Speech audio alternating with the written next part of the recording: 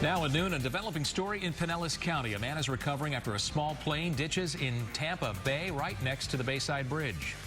Good afternoon. Thanks for joining us this Friday. I'm Dan Schaefer. And good afternoon. I'm Dee O'Reilly. That plane went down around 2:15 this morning in a shallow area of water south of the bridge, setting off a frantic search to find the people on board.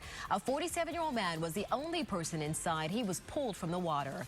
Rob Munoz has been following this story since it broke early this morning. He joins us now live. And Rob, you spoke exclusively with the pilot. Yeah, Dia, the pilot told me that he was originally supposed to land beyond the bridge here at the Clearwater Air Park. Obviously, that didn't happen because he said something happened on that flight. He had to make a quick decision, and before he knew it, he was down.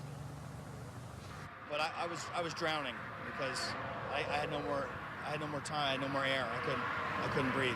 A hard water landing is the last thing Anthony Marsh had in mind. The tail section hit the water and then it tumbled straight forward like a somersault. A flight to move his plane from Pennsylvania landed him just west of the Bayside Bridge early Friday morning. The engine quit. I went through my procedures, switched tanks. Should have been enough fuel to go at least another 45 minutes to an hour. That's the way I planned it out. Didn't happen. That's when he realized he had no time. I thought about putting it down on Courtney Campbell. There's way too much traffic. This looks like a runway right here, the Bayside Bridge. But again, tractor trailers.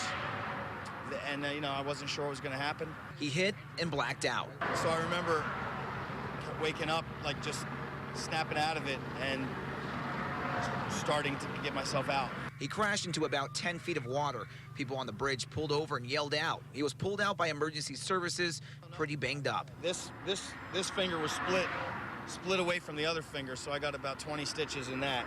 It was, I can't believe the bone wasn't broken. With everything that happened, he still made it out. I'm glad to be alive. Good to be alive.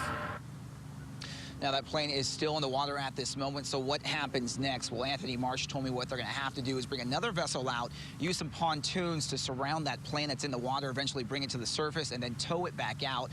I asked Anthony if he plans on flying again. He said, of course he does. He can't fly that one because of all the saltwater damage, but he's going to get another plane and be back out there as soon as he can. In Pinellas County, I'm Rob Munoz, ABC Action News.